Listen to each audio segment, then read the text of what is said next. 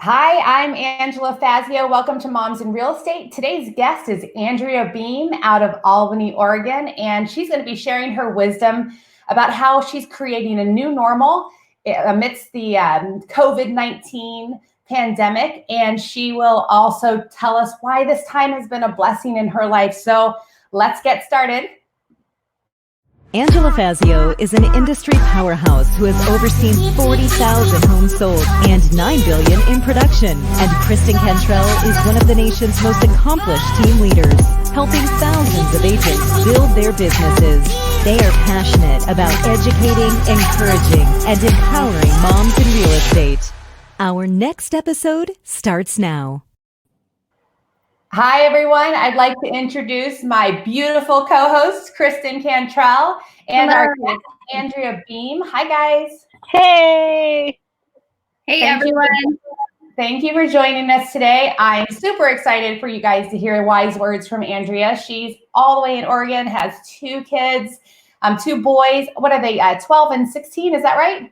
Yeah, super close. So 17 and 13. Yeah. 17 and 13. 17, 13. A year off. What's a year? Yeah. And so, so I am excited for you guys to share wisdom about this creating a new normal concept. So give us a little bit of background about you and let's start talking about that. Yeah, so I actually jumped into real estate in 2008 when the market crashed that time, and found my way through that. Fast forward, I've been an individual agent. I've been on a team, and then about 10 years ago, I decided, you know what, I'm running my own business, and jumped into that and have never looked back. And then just in the last year or so have started doing a speaking career. And then I have a book in the works that we're hoping to be able to launch on October 1st. So it's been a wild ride and I'm still here. I love that. I love your book, your whole concepts. Like when we talked, you talked a lot about people that have basically they need to start over, right? And that's what your whole book's about is how to come back, right? Is that what it is? Yeah, it's about comebacks. It's about being in the pit and then figuring out how to get out of the pit. For some people it's normal to have a bad day or a bad week. And this book is more about, when those bad weeks actually turn into maybe it was like a bad 6 months or a bad year, or just a bad, period of their life. And then how do you claw out of that? Because, let's be real, sometimes you have to claw your way out. And that's what this book is about, it's about making a comeback and fighting. It's about fighting. Do you share the content or the theme of your book with your children? Yes, because actually my boys were in large part and a huge inspiration for this book. My older son, my 17-year-old, is a wrestler, and he's very competitive. And so he just turned actually right before we all were put into lockdown here. And there's a lot of correlation between the sports world, and the corporate world and the entrepreneurial world. There's a lot of correlation between the two, and just doing the things that are uncomfortable, and yet the things that that uncomfortableness is going to put you where you want to be on the map. But you got to be willing to get uncomfortable, and you got to be willing to put in the blood, sweat, and tears. And he does that on a daily basis for wrestling. So he was a large inspiration for that. Wow, that's really cool. My kids were an inspiration for our book, but stories. I can't get them to read it, and it's a really good book. Yeah, they always seem to have different buttons, right? Sometimes it's money, and sometimes it's food. Right. So you're a really high producing agent, 38 million, and you talked a lot about what we are all facing is creating this new normal. Talk about what it was like with your family and your time before this quarantine, and what you've done to create a new normal. Yeah, so normal is relative, and it's in the eye of the beholder, I think, because normal for each one of us is probably a little bit different. So, beforehand, for us, we were a very go family. I mean, if you think of like the Tasmanian Devil combined with like the Roadrunner, that was our family. We were always going to practices and sporting games and this city and that city and listing appointments. And, that was just, we were pulled in a billion different directions. One of the beautiful things of that has come out of COVID, even though I know there's a lot of struggle, is just the utter breaks on our family to be able to sit down and have dinner every night. We haven't done that in years. And I don't know if we'll have a chance to again, after this, if that's going to stay a new normal, I don't know, though I'm enjoying every moment of it right now. Having all four of us sitting at the table, having conversations every night, making dinner every night has just been a huge blessing in my life, because I don't know that I ever would have gotten that. I love Tell me what else is, I think the more people that I talk to, the more that we are having some kind of common struggles, some different struggles. Like, how are you keeping them busy? Oh gosh, yes. And it's probably going to be different depending on how old your kids are. I know I've talked to a lot of moms that have really young kids at home, and that's a whole different struggle. Yes, right? Like being able to keep like 1, 2, 3, 4-year-olds busy while you're trying to get your calls in.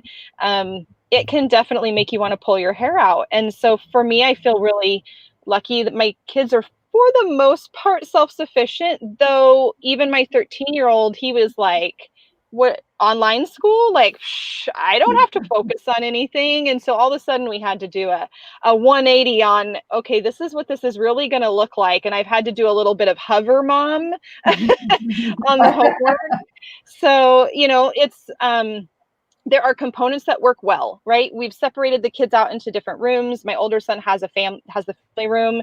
My younger son has the kitchen counter because I can see him right there. And so, there are things we put into place for that. And then at the same time, what I'll do is we seem to work really well in about 1-hour increments before somebody gets stir crazy. And so then we will all kind of get up. So we might walk around, go outside, do some jumping jacks, and then come back and refocus. Whereas before, I would hardcore focus for 2 or 3 hours at a time and then go take lunch maybe. I've had to rethink how I do that because my 13-year-old doesn't sit still for 3 hours. So I think getting our expectations wrangled in, our expectations can't be what they were before. And I think expectations are a funny thing. If we can have expectations, but if the other person doesn't know what they are, we're setting ourselves up for a huge heartbreak there, right? Doesn't matter if that's in a personal relationship or a relationship with your kids or even a work relationship. I mean, how does that even go into our listing appointments and our buyer consults if the expectation of the seller is that we're going to call them but that's not what we do. Maybe we call them every other day. Then there's a huge disconnect in that expectation.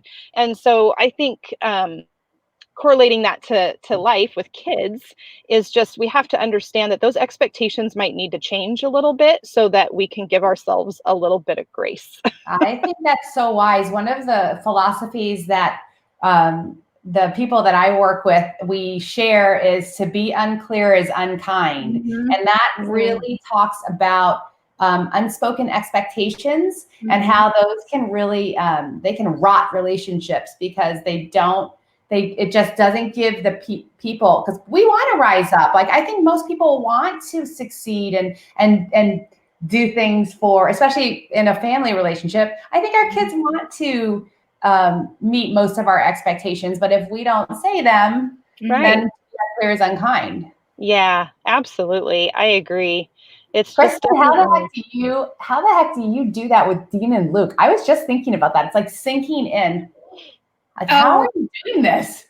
What do you mean? Just working from home with them? Yes. Yeah, it's crazy, you guys. I'm like, I mean, when we did our pre-interview and all three of us were talking, how much did my kids come into it, And It's definitely a struggle. I'm trying to make calls while they're both yelling at me because they're hungry and Mom, I need a snack. And I noticed that recently they've become more needy of me, and I don't know if that's because they're seeing me work or if it's just because I'm home more. I'm not sure, but it's been a struggle for sure. Mm-hmm. That's life though, right? Like that's right now, I think people are becoming more understanding of that. Whereas before, there's a certain professional setting that we like to portray, which I Mm-hmm. still agree with that, right? Like there is a time and a place for that. Mm-hmm. And the reality is we're all in this. We're all dealing with this in some way, shape, or form. So like when you had your kids crawling on you, like I love that. I was like, you know what? This is us giving each other grace because Yeah. there's Agree.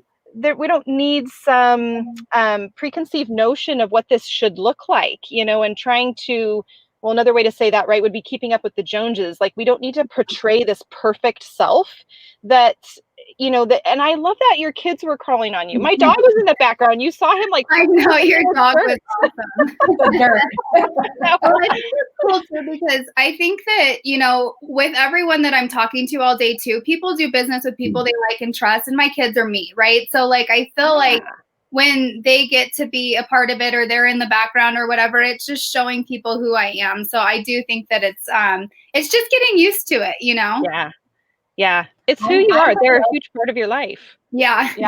I'm pretty open with people about my lack of mommyhood stuff. Like Kristen and I talk about all the time. I've got 6 kids. Like I got 6 kids and 3 of them still live at home right now. 4 are around all the time. And I'm like, I'm not a real mom. And the funny thing is, I thought I would be going crazy because I'm not a stay-at-home person, and I'm fine. This is like, for me, it's so relaxed here right now. That's probably because my 9-year-old isn't here. I know. I'm like, totally. But I'm really thinking about lots of things different. I think that I'm loving the connections online. I'm loving that, guys. I'm taking more time to talk with women like you online or people in general than I did before. Isn't that strange? I'm having more conversations with people I sat right next to now, like real conversations than I was having before. Is that just me or? No, that's not just you. I think it's remarkable. I like what you're doing too, Andrea. You said that like you're actually doing workouts with your kids, which I think everyone's kind of doing some form of that. Like at least in Arizona, everyone's out riding their bikes, walking, rollerblading, whatever it is. But you guys actually, what were you saying? Like you guys actually like go and do like crunchies and push-ups and pull-ups together and stuff, right?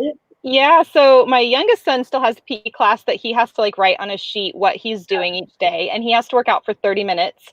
And then my 17-year-old, he's just trying to maintain for sports, right? Like, if he gets a chance to go play, football later this summer or something like that, he wants to make sure he's still in good shape for that. And so I was like, well, I've gained maybe 5, 6, 7 pounds. No. Together. So 30 minutes a day, why not? And it feels good, and it's time with them that's not like, I'm not hovering, right? I'm not trying, what are you doing? Is your homework done? It's not that quality time. It's the quality time of just getting to laugh and giggle and make fun of each other and see who can outlast the other one in a plank, So I'm trying to get my kids to do the same thing. Like my goal is 50 push-ups a day, 100 crunchies, and 30 minutes of cardio. So when I'm doing my push-ups, I have a 5-year-old or a 3-year-old on my back. And I'm like, no, you have to go next to me and we'll see how many you can do. But it's funny. You're a beast. That's awesome. That is awesome. I love it. So I have another question that just occurred to me. When you're talking about like, gosh, your son hopes that he can play football later in the summer. Like, what are your conversations about that with your kids? Like, my kids ask questions. When is this going to end? So actually, I saw a person post about this the other day with their family, and they happen to have a senior. My son's a junior, so thankfully he has a chance of still having his senior year. And so my heart breaks for those that have seniors right now. But I think he said it best when he said, look, this is life. And it really bites that you're learning life, as a senior, and you're having this taken away from you. The reality is it's life. This is what you're going to experience as an adult, and you don't control everything around you. And you're going to have things that happen to you that are heartbreaking, and you have to learn how to be a fighter. And he posted a really touching picture. It made me cry, actually, of his wife just embracing their senior daughter, who was just bawling because they had just found out that school was officially, done for the year. And so basically her high school career ended a month ago. And I just love that he put it that way, that this is an opportunity for me to teach my kids how to have grit and how to get through it. And it's okay to cry, and it's okay to mourn what you're losing, though this isn't the last time this is going to happen to you. And if I can teach you how to get through it, then I'm doing my job. Wow, what a good lesson. Yeah, I cried. I really cried.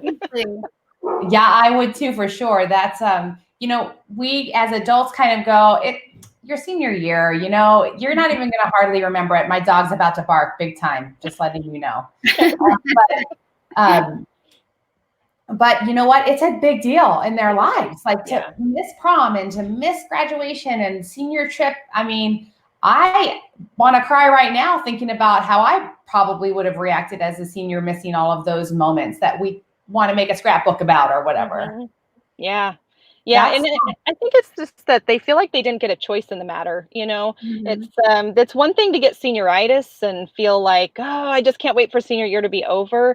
It's another thing to think about it in a different way and not even be given the option to have your senior year, and it's heartbreaking. It's something that those seniors are never going to forget. That's true. So you had mentioned when we were talking before about we've talked about some of the blessings of this time with family and such, but I really have been thinking about how different people react to challenging situations. And you were mentioning how some people use it to catapult themselves into a success that they didn't even know they could do. Let's talk about that a little bit. How do we form our mindset correctly? Well, I think that it's easy to tie your identity to your business or, make it who you are. And so when things like this happen, whether it's COVID or it's, let's use another example. Years ago, I lost my whole team. Just overnight, I lost my team, and it was devastating. I came home and I cried, and I said, you know what, I'm giving myself the weekend to really mourn this, and I have a choice to make.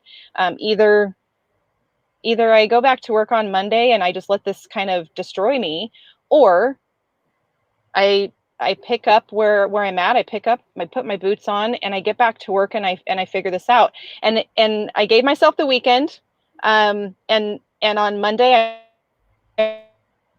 what happened on Monday? You know what? I'm not going to get past this without a coach. Wait, you have to go back. You have to go back. You cut out. Oh no! I did. Okay, where did I cut out? Which part? You said, and then on Monday? Yeah. On Monday, I hired a coach. Oh, oh, that's a horrible part to cut out on. The anticipation. Yes. No, I hired a coach, and I still have the coach. And that coach and I have been through thick and thin together. And the part about a coach is no different than sports. This is where I feel like the two correlate quite a lot. A coach is going to push you past what you thought you felt was possible for yourself. He's also had a lot of moments with me where he was like, Andrea, knock it off, get over it, move on. And I think if we can incorporate that, I don't know that I'm answering your question. I feel like I'm kind of going off on a tangent, but I feel like if we can find a coach in our life, even if it's not a business coach, but maybe an accountability partner, it's got to be somebody that's willing to be real with you. I think that's the most important thing. Somebody that's willing to have those fierce conversations. Oh my gosh, it's so rare. I'm in a lot of groups and I'm talking to a lot of people. We are. Because I really enjoy accountability. I really enjoy being an encouragement. I want to share ideas. I want big thinkers around me. And nothing annoys me more when there's all this ass kissing going on within a group. I can't stand it. And I know it's the way I'm wired, the way the Lord wired me, but I want people to be like, I'm calling you out, or, yep, that was worth it. Or I want people to be really straight. And it's so rare that people have the courage to be honest and upfront and bold. Yeah. Yeah. We're really lucky. I mean, we get that with each other. And then I feel like one of the things that has helped me so much during this time is having a good network of people that will do that for me and to encourage me and motivate me to keep pushing through, because it is hard. Sometimes you listen to one person's opinion about COVID-19 and you're like, oh my gosh, the world's ending. And then you talk to somebody else and you're like, oh, everything's going to be fine. I got to get back to doing these things. So it's been so helpful for me to have people like Angela and the other people I have in my network. Yeah. Amen. Boy, I swear, sometimes it's every other day. I'm like, one day I'm like, oh, everything's going to be fine. It's going to go back to normal. It's all good. Like, I need to hunker down. And then another minute it's, oh my gosh, are we even going to be here in a year? I know. You have to be really careful about how much of that you're listening to. Well, I don't think it's, I heard somebody, I wish I could remember who said this because I thought it was so wise. Ask me if I'm an optimist. Ask me if I'm a pessimist. Is it half full, half empty? And I know what it was. It was my pastor that I was listening to. He goes, I'm neither. I'm not one of those people who says the sky's falling, nor am I the person that says everything's going to be all okay. I'm a realist. And here's what I know. I'm not in control. The Lord's in control. I just needed to keep doing the things that I need to be doing because I don't have control of anything else. I need to love my family. I need to work as hard as I can. I need to encourage people around me, find needs and fill them. And that's all we can do. Yeah. And keep our mind right, Amen. He just wants us to have faith in him. Like, that's all he wants us to have faith in him and to call on him and to trust him that he has a plan. So amen to that. Like, it's hard. I'm not saying it's always easy. It is not. There are days where I'm like, I don't know about your plan. So there is one. I was talking yesterday with my husband. We do a podcast called Midweek Mind Freak. And we're talking about success. And I'm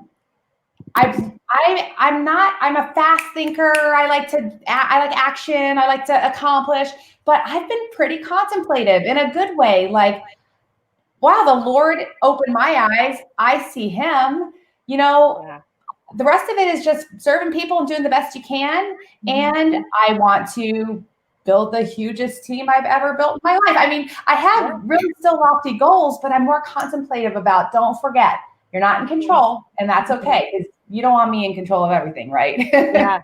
I think that's such a big question too about how people talk about work-life balance all the time. And yet I always wonder about that kind of balance. Like, how do you balance being grateful for where you are and for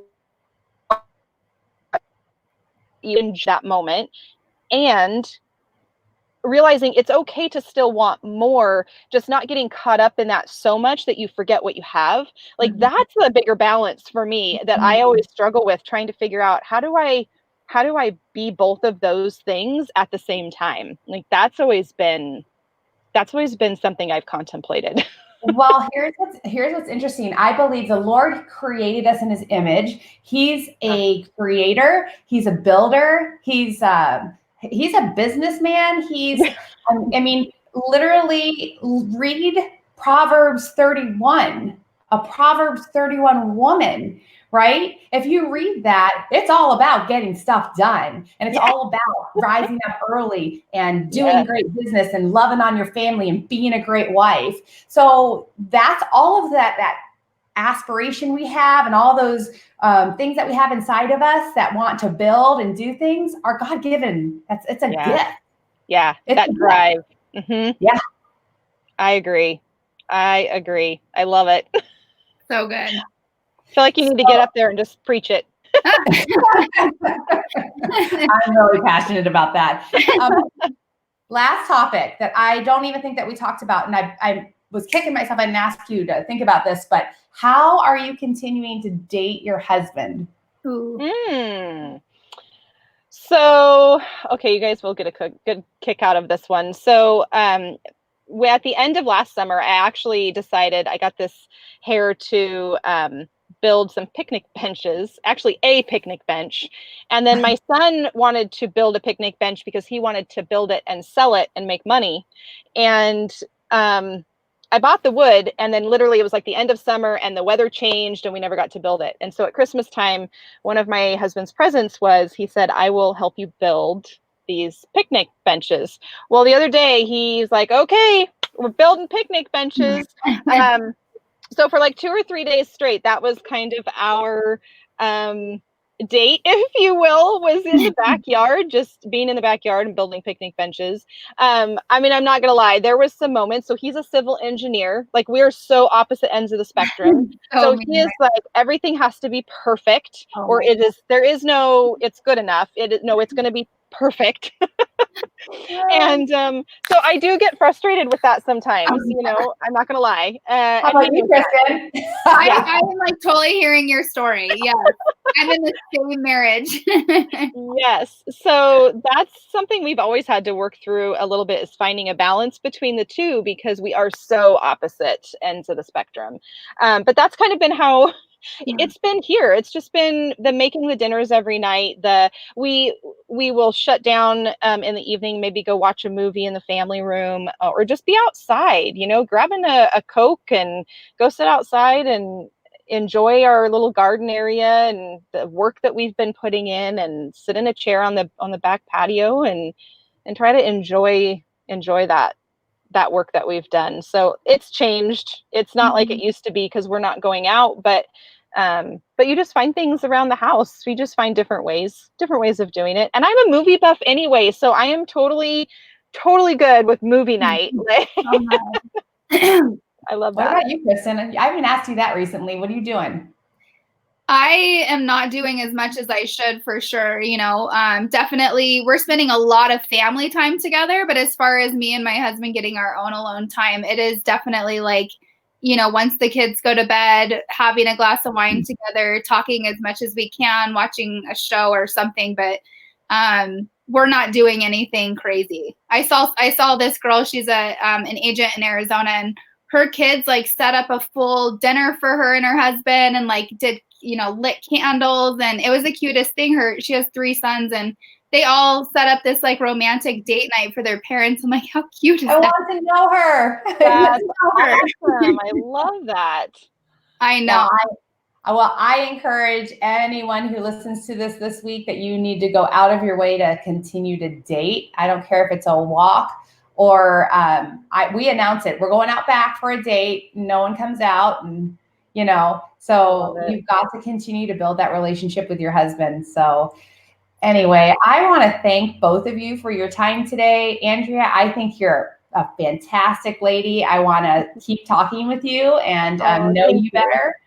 And so I hope that if you have any last words of advice for anybody who'll listen to this week, let's have it. I would say, just do what you do best. Agents are good problem solvers. Be a problem solver. Do what you have to do to survive in this new world. Look at me. I'm sitting in my car because this was what I needed to do to have a quiet moment, to do this. And, am I doing all my work in my car? No, though. Be a problem solver. We're good at that. Inherently, real estate agents are good problem solvers. And so use that in every area you can. Think outside the box, get brainstorm sessions going. And for the love of Pete, like, just have some grit and have some fight, and don't let it keep you down. Like, that's not what God wants for anyone. And so fight. Like, just make sure that and find someone to help you fight. If you need someone alongside you, go find that person. There you go. See? Yes, absolutely.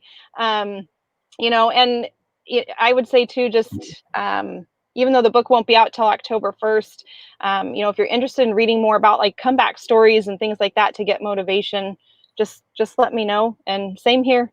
If you need encouragement, I'm here. That's so, I think that your book is like perfect timing for probably a lot of people in the world, you know, so yeah, you get that yeah. thing. I know. We're going fast on trying to get it finished up. And why don't you post, if people want to get a hold of you, post in the group how they can get a hold of you and learn about your book and how to get a hold of that when it's available. I'll be one of your test readers. Awesome. You know? Yes, I'll put you on the list. Done. Okay. Yes, All right. Well, I love you guys. Thank you guys this week, everyone who will be watching. I encourage you. God bless you all and have a wonderful week. Thank you guys.